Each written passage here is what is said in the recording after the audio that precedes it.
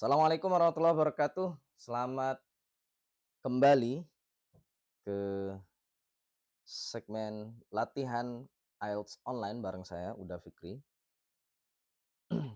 Kali ini kita akan latihan mock test listening, teman-teman. Diulang lagi, bukan diulang lagi. Jadi kita mengerjakan listening lagi. Semalam sudah mengerjakan listening, sekarang listening lagi. Kenapa? Karena waktunya sudah mepet untuk saya menjemput anak saya habis ini.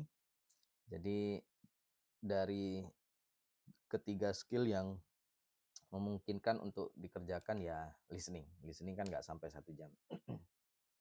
Oke, gitu ya teman-teman. Yuk kita mengerjakan sama-sama. Kalau kalian bisa menjawab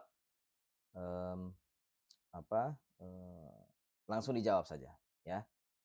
Dan kalau kalian tidak tahu ini soalnya di mana, tapi ini kayaknya karena dikerjakan di laptop ya, kalian bisa langsung kerjakan aja ya. Siapkan pensil, kertas untuk ini ya, untuk untuk mengerjakan ya. Jadi sementara pakai kertas sama pensil. Gitu ya. Jadi yuk kita sama-sama kerjakan. Insya Allah nanti setelah kita kerjakan ada pembahasan sedikit. Gitu? Oke, bismillah. Yuk. Selamat mengerjakan.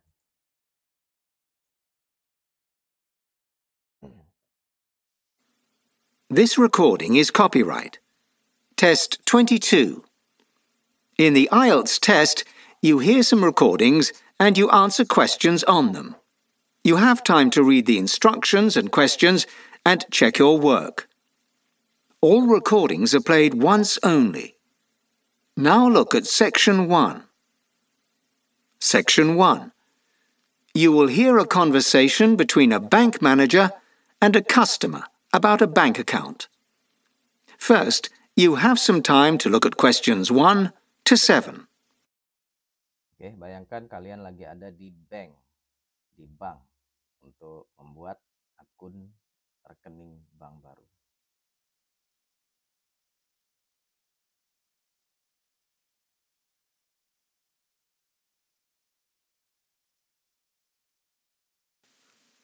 Now we begin. You should answer the questions as you listen, as the recording is not played twice. Listen carefully to the conversation and answer questions 1 to 7. Thanks for coming in to see us about opening an account. I'm Tom Marsh. I'm the manager here at this branch of UKB Bank. Lisa Ashbury. Nice to meet you. Please, take a seat. So, I understand you're interested in opening an account with us. Yes, I want to open a savings account, but today I'd like to find out more about opening a current account. Can you give me some details about it? Of course. Well, there are no charges for using this type of account with us, like there are with some other banks. In fact, we reward you with a type of bonus at the end of each month. We credit your account with £5 if you've made more than 10 transactions in the previous month.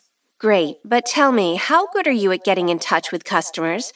My current bank are not very good at communicating if there's a problem. No message, no call, no letter. I see. We work in a slightly different way here at UKB. Any issues we see on the account, and we send you a text message to your phone to advise you. In addition, we immediately send out a letter with this information too. That sounds great.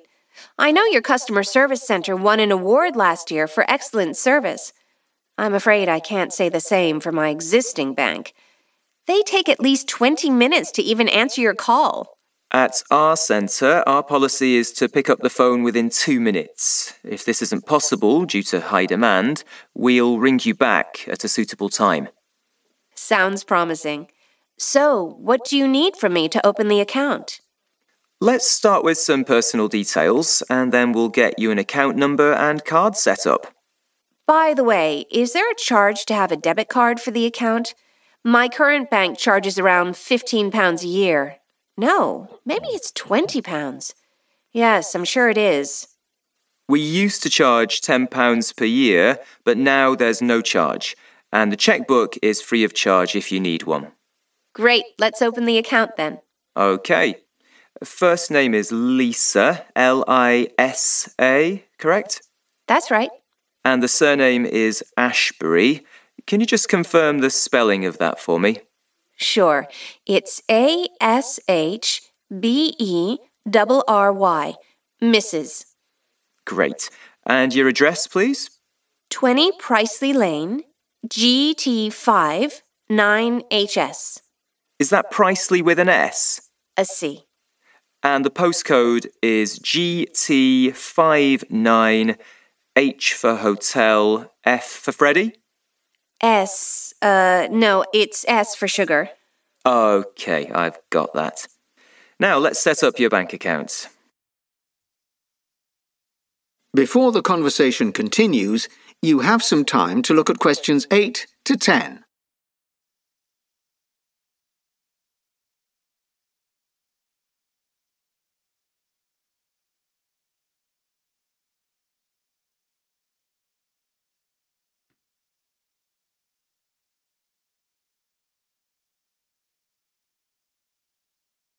Now listen carefully and answer questions 8 to 10. Now, initially, we set you up with a debit card, a checkbook if required, and you also have the option of a second debit card for a family member if you need one. And we send you a card reader. Looks a bit like a calculator, which is where you type in your PIN code when you need to access internet banking.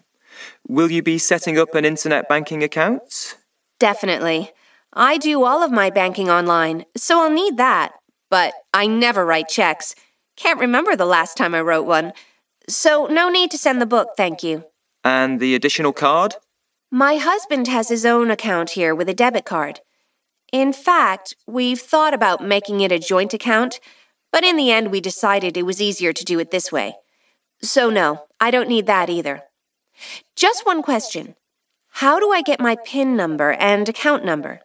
The account number, you'll get that today before you leave, but we'll send an email to confirm everything. The PIN number will arrive by post within the next couple of days, along with your debit card. As for the card reader, that must be picked up in branch, so we'll give you a call when it arrives. Great. While I'm here, can I take a leaflet about your savings accounts? Of course. There are 3 different types of accounts. If you have under £5,000 to save, our bronze account is the best. The silver option is for amounts above this and up to £10,000.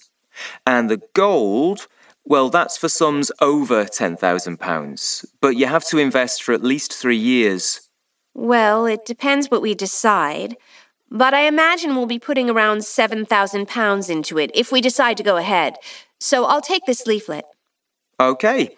Any questions before we create the account number? That is the end of section 1. You will now have half a minute to check your answers.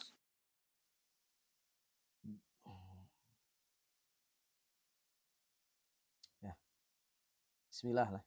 Tadi kayaknya yang jelas PIN number and debit card. Terus yang itu debit card nggak mau dia. Free calculator nggak ada. Check juga nggak mau kayaknya. Debit card and card reader.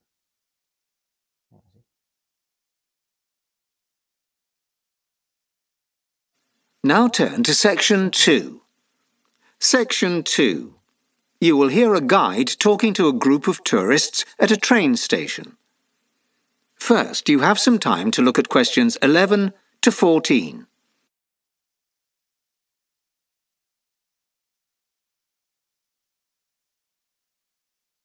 Nah, ini map lagi atau peta. Ini agak susahnya karena gambar di atas terus jawabannya di bawah atau pertanyaannya di bawah. Now listen carefully and answer questions 11 to 14. 11 sama 14. Good afternoon, everybody, and welcome to the magnificent and historic central train station here in Porto Nuevo, Spain. While you wait for your train to Seville, I'll be telling you a little about the construction and history of the station you're standing in. I'll also be giving you an overview of the facilities and services on offer here, as well as where to find them. Puerto Nuevo's first railway station was built in 1851. The country's first rail line had been opened only 3 years earlier, so trains were relatively new to Spain at that point. The original station in the centre was mostly destroyed in a fire, and it was completely rebuilt and reopened in 1892, and this is the building we see today. The design for the building was created by Alberto Palacio, a highly respected Spanish architect. Palacio used a colourful red stone for the outside, supported by a structure made of iron. The station is made up of 2 main buildings, connected by an impressive iron and glass roof that covers the platform area and allows natural sunlight to reach the station floor. In 1985, work began to extend the station, adding more platforms and expanding the waiting areas. This was partly in preparation for the high-speed trains, which were introduced in 1992. This service now operates between most major Spanish cities and has drastically reduced the time of journeys between Puerto Nuevo and Barcelona, for example. At present, the station serves as a transport hub for tens of thousands of commuters every day, operating underground trains, local commuter services, and cross-country trains. Annually, the station sees around 40 million people getting on its trains, of which about 10 million are foreign tourists. As you can imagine, operating such a busy central station is quite a challenge, but the station has a well-organised staff and high-end facilities. Before the talk continues, you have some time to look at the questions 15 to 20. Ini tadi agak bingung yang nomor 13. Karena the station introduce apa, itu di depan ngomongnya. Bla bla bla is introduced gitu.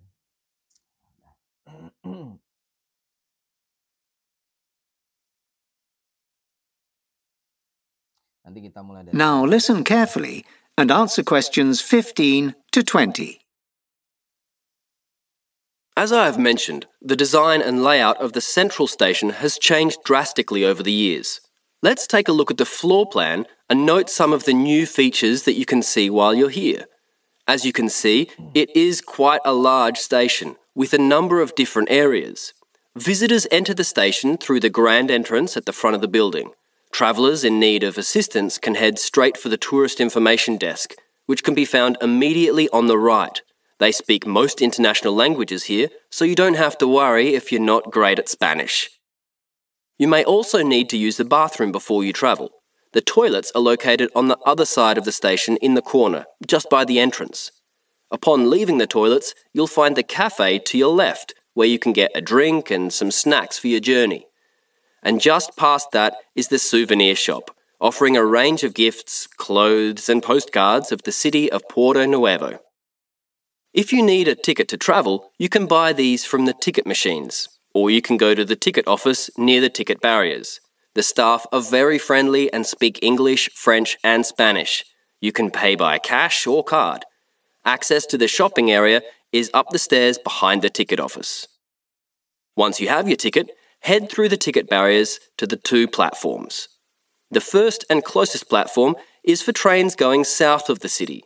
It's worth walking down the platform just to see the marble statue of Queen Isabella I of Spain. The far platform is less impressive, with only a vending machine at the end selling cold drinks for thirsty commuters. If you walk back from the statue on platform 1, you'll come to 2 large offices. The first one in front of you is the place to go if you lose your bag or leave it on the train.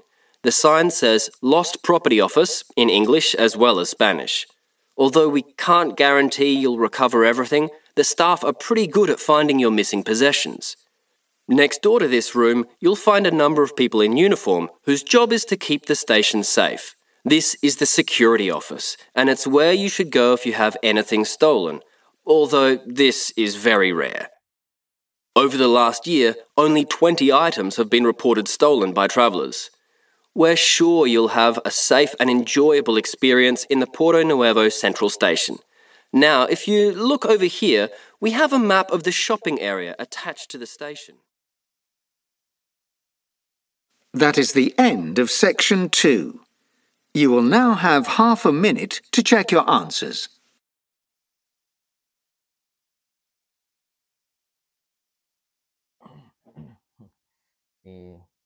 Di hour aja. Nggak tahu. Yang penting diisi teman-teman ya. Jangan ada kolom yang blank. Siapa tahu beruntung itu betul.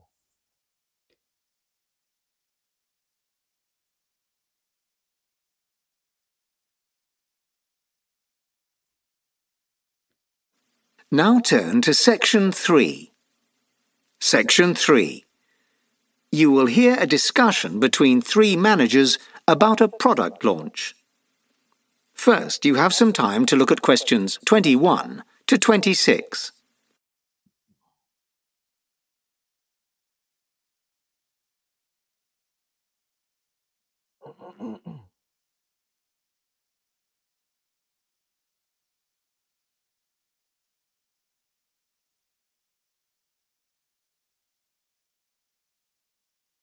Now listen carefully and answer questions 21 to 26.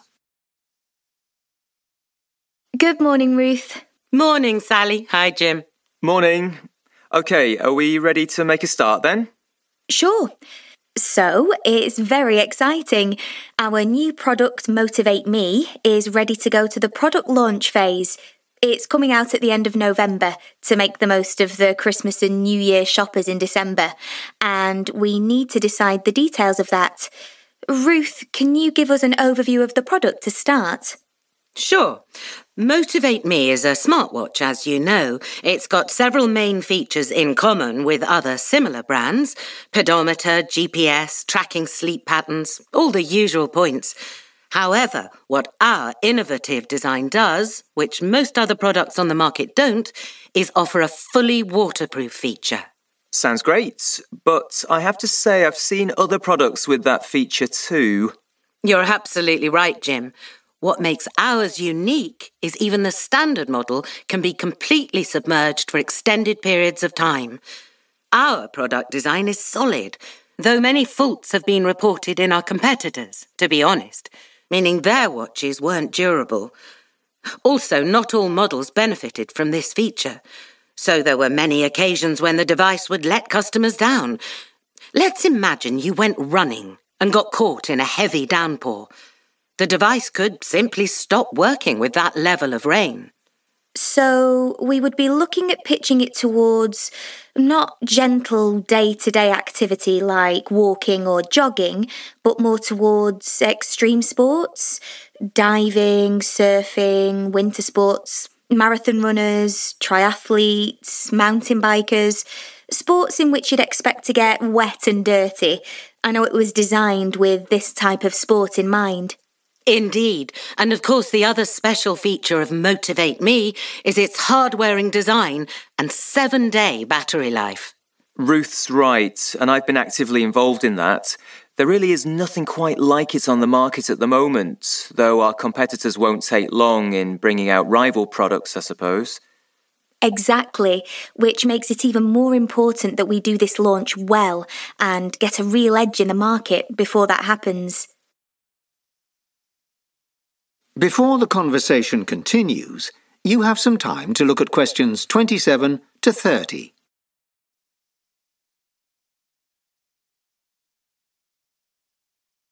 Ngomongnya cepet banget ya. Duh, udah hilang fokus. Ternyata tadi dia udah langsung ngomong ya. Oke, apa?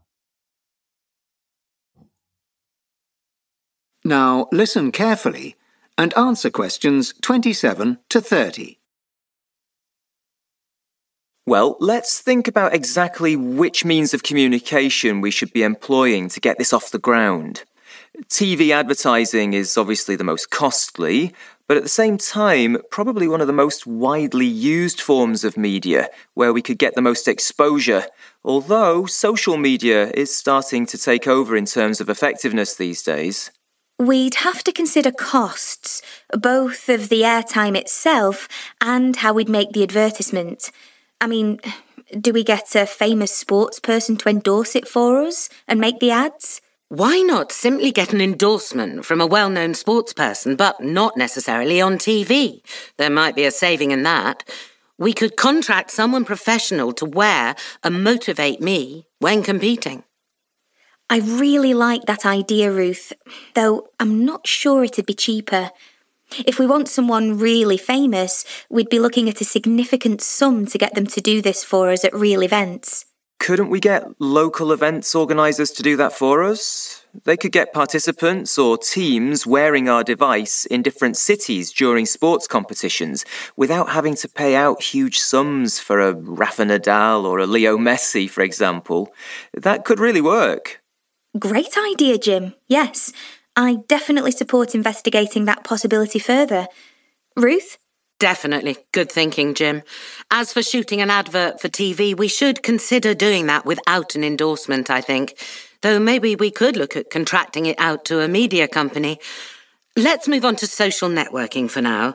Jim mentioned it before. Could we arrange to do it in-house? Maybe we could pay a digital marketing company to manage that for us. It's something that seems so easy to do, but it's not simple to do effectively, believe me. Well, maybe we do need to outsource that work then. We used a company a couple of years ago for something similar. I could get a quote and some ideas from them.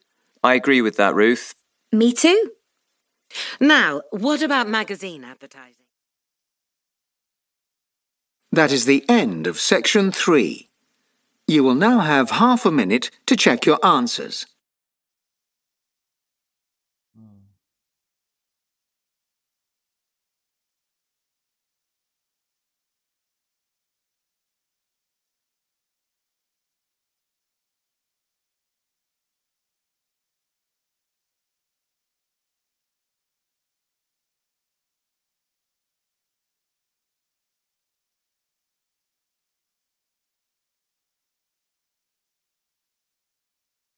Now turn to section 4. Section 4. You will hear part of a lecture on features of urban design. First, you have some time to look at questions 31 to 40.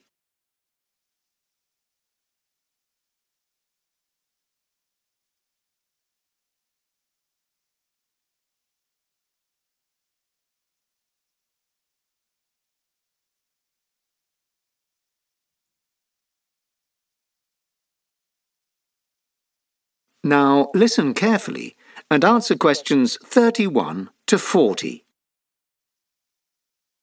Good afternoon, everybody.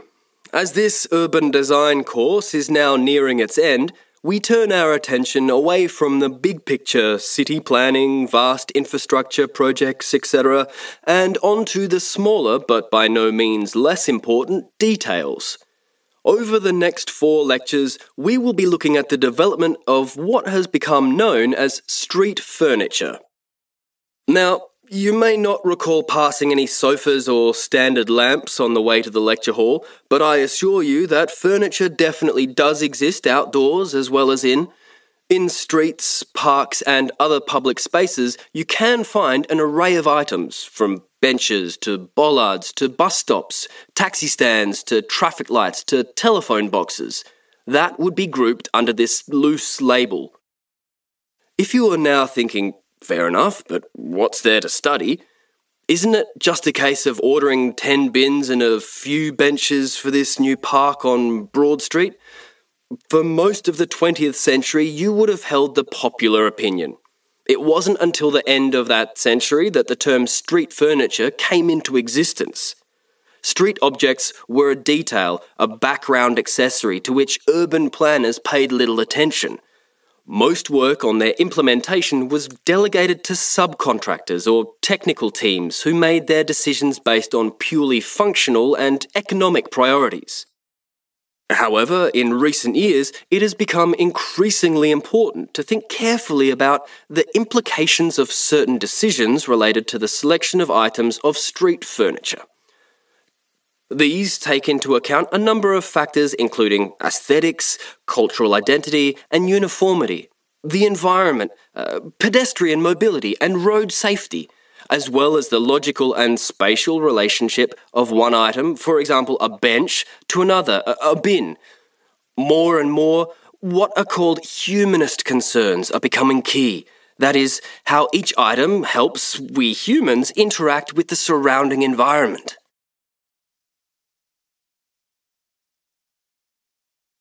Now, let's have a look in more detail at these factors in relation to a specific item of street furniture, which is ubiquitous, yet relatively ignored: the bollard. If you're not familiar with bollards, they are short posts or poles which you might nowadays see used to stop vehicles driving into certain areas, pedestrian streets, for example. They are an excellent example of an item of street furniture that has adapted to a range of functions, materials, and the appearances over its long history. They began life as posts to secure boats and ships and were originally made of wood. In fact, the related word bole means tree trunk. During the Napoleonic Wars, the British felt the need for something a bit grander for the purpose, so made good use of the hundreds of cannons they had recently seized from the defeated French fleet and eventually incorporated the cannon into official street furniture design. Now, the first example of a bollard being used to protect a construction from vehicle damage actually comes from a little earlier, the 1740s, and can be seen in the background of a painting by Canaletto. However, it's not until the invention of the motor vehicle, some 200 years later, that they became widely used in this role. Made of tough concrete and arranged carefully to limit vehicle access, their function was a strictly practical one. In more recent years, the design of bollards has moved beyond the purely utilitarian. There is a good example of this in the city centre of Norwich, England, where an artist's design of a bollard was central to a regeneration project intended to reflect the city's rich cultural history. He chose a simple design, combining sculpted medieval heads, or finials, with madder red poles. Norwich was once famed for the manufacture of cloth of this colour, and so this choice is a celebration of that fact.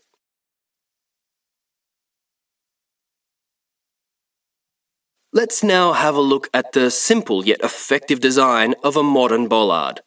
You can see on your handout a design for a rising or retractable bollard, which can prevent or permit access to areas as desired, such as when holding a parade. The idea is fairly simple.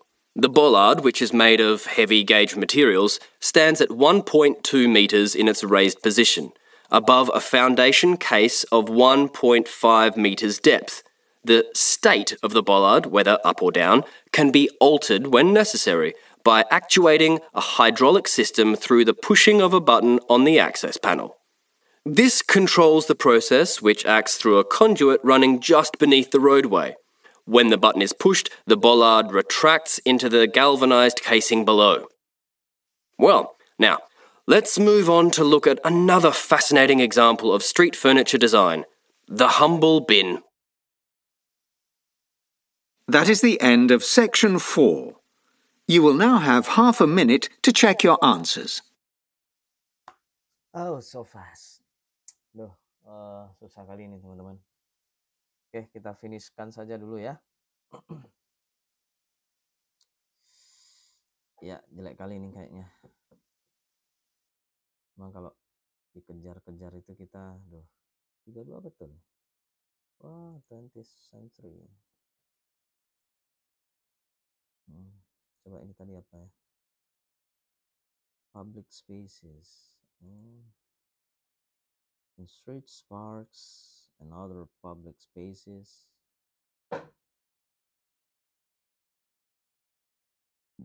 Kok tadi dia bilang itu ya? Coba kita ulangi lagi ya. You now have some time to look at the questions on your screen.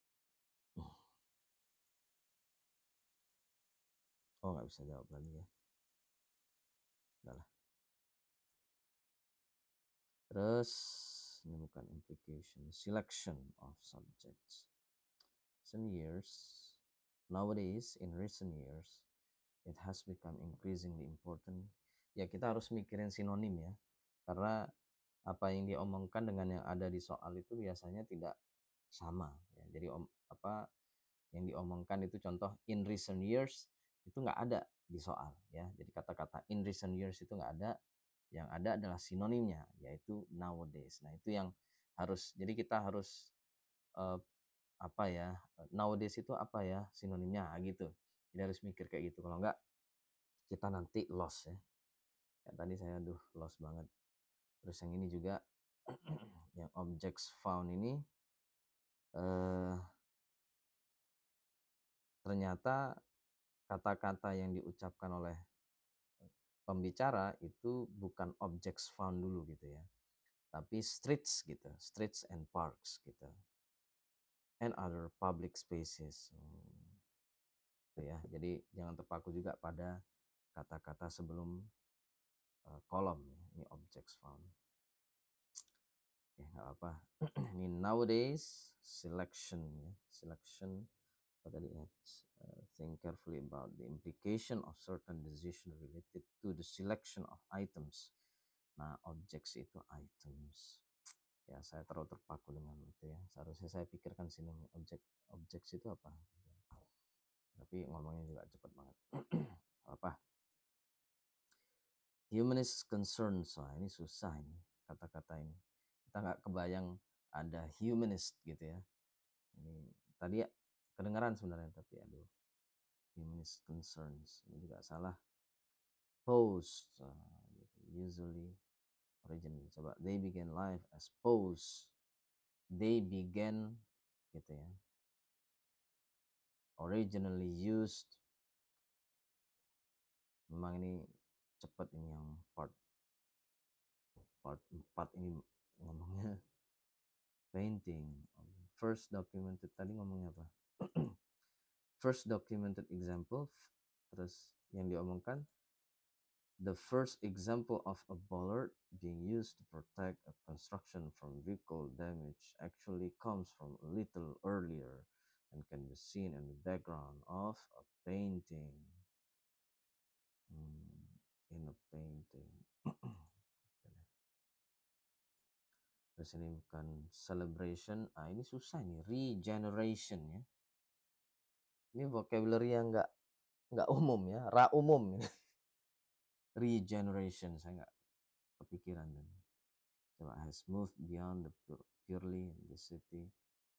There is a good example of this in the city of center of Norwich, England, where an artist design of bollard was central to a regeneration project.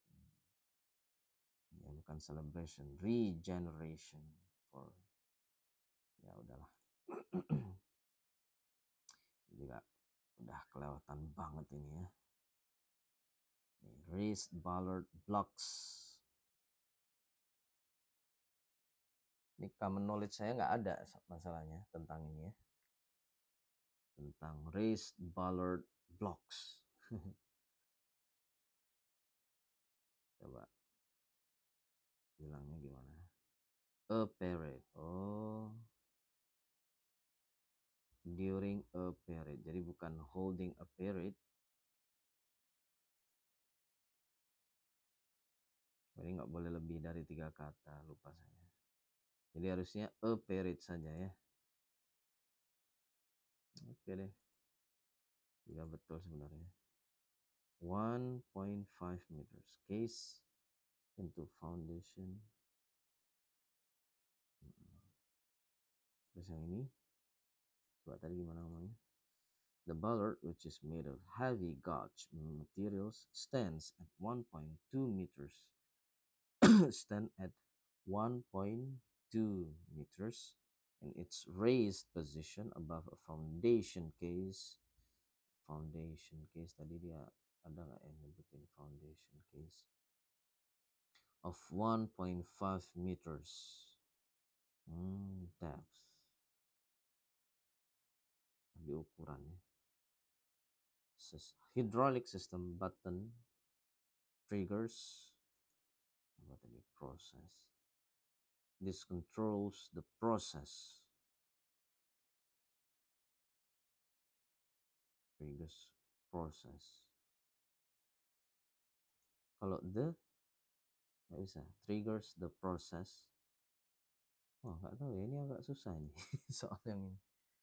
Mudah-mudahan nanti soal tes IELTS yang sebenarnya nggak sesusah ini ya. Nah, ini part 3 juga banyak yang salah. Saya cepet kali ngomongnya. Product launch that it's coming out at the end of November to make the most of the Christmas and New Year shoppers in December coincide with increased sales in December. It's coming out at the end of November to make the most of the Christmas and New Year shoppers in December. With increase. Features, tadi ada features ya, waterproof feature. Tadi ada kata-kata feature-nya, waterproof. An originally totally waterproof feature. Harus ada dua berarti ya, waterproof feature. Juga salah. Our product design is solid, though many faults. Similar products made by other companies have proved to have design faults.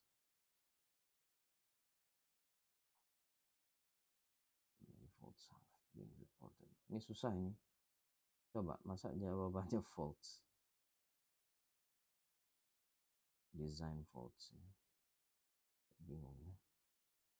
Apa deh? Ini jogging juga salah. Running, tadi kepikiran running ya. Udahlah. Let's imagine you went running and got caught in a heavy downpour. Ini salah, what? Extreme sports ya. Oh, wet sports itu salah. Betul, extreme sports. Rival products betul. Tadi padahal udah nggak fokus. Oh, ini salah semua. Television. This will be most effective in terms of exposure. TV advertising is obviously the most costly, but at the same time probably one of the most widely used forms of media where we could get the most exposure. Television. Sally believes this might be much more costly than other manager things. Now, why not simply get an endorsement from a well-known sports person? Tadi udah milih endorsement tapi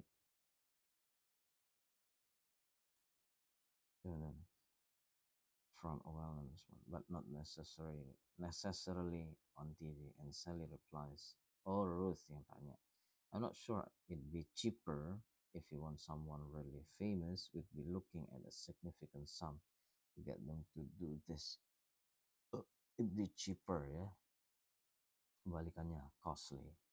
Mahal. Costly itu mahal. All the managers agree this would work on a regional basis, sporting events ya. Local ya. Regional basis itu local environment. Oh, ini betul nih. Someone social networks. Oke, coba kita lihat part 2. Ya, ini juga banyak yang kelewatan. Ini betul, iron betul. Kan nutrients tadi apa? High speed. Ya, ada kata-kata high. Ini saya nebak aja ya, nutrients itu, tapi saya kebayangnya trains juga. Cuma ternyata high speed ya yang betul. Ini bisa 3 kata ya. High street speed. Nggak kepikiran. 40 million. Annually, the station sees around 40 million people getting on its trains, of which about 10 million are foreign tourists. Jadi total ya. Oke, nggak apa. Ini salah. Nah ini. Oh ya, yang kafe salah ya. Yang kafe yang mana? Yang lain betul. Tulis betul, coba. On leaving the toilets. Toilets yang mana tadi ya? Yang E. You'll find the cafe to your left. So G. G. Oh, ini toiletnya di sini. G itu ininya, kafenya, bukan H. Yang H tadi apa ya? Ya Allah, tiket office betul, vending machine ternyata di dalam ya, bukan di luar. Oke, nggak apa-apa. Nah ini tadi salah betul, saya bukan. Oh, current account, ada current, ada saving. Nah ini kembali lagi background knowledge saya nggak mendukung ya, karena saya nggak tahu ada yang disebut dengan current account. Karena current itu pemahaman saya adalah sekarang ya. Ternyata itu jenis rekening atau jenis account, bank account. Tadi sebenarnya dia udah bilang apa? Saya dengar dia bilang current itu mendengar, tapi kok nggak yakin ya. Karena current itu pemahaman saya adalah sekarang ya, akun yang sekarang gitu kan. Nah masa dia mau buka akun yang sekarang, kan nggak masuk akal. Tapi ya udahlah, harusnya tadi saya tulis saja ya current gitu ya, karena savings itu bukan, dia sebelumnya punya savings account tapi sekarang mau buat yang apa, I want to open a savings account but today I'd like to find out more about opening a current account. Oke, apa, 5 betul, letter betul, 2 minutes betul, no charge betul, Ashberry betul. Wah ini tadi sempat bingung saya, Ashberry.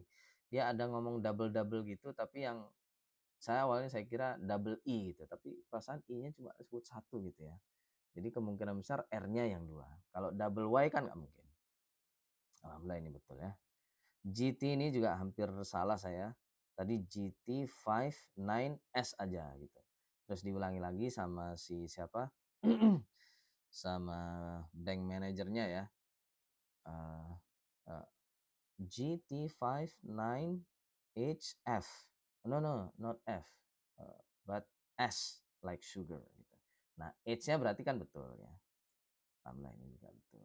Nah, ini juga yang nomor 8 hampir saya salah, yang C itu udah jelas bukan ya, karena dia nggak mau gitu. Terus yang B itu saya cek book mungkin bisa, tapi yang saya nggak terlalu yakin ya dengan yang A, soalnya kurang dengar. Cuma saya pakai teknik eliminasi ya, yang C saya eliminasi, yang B itu juga saya eliminasi karena terutama free kalkulator.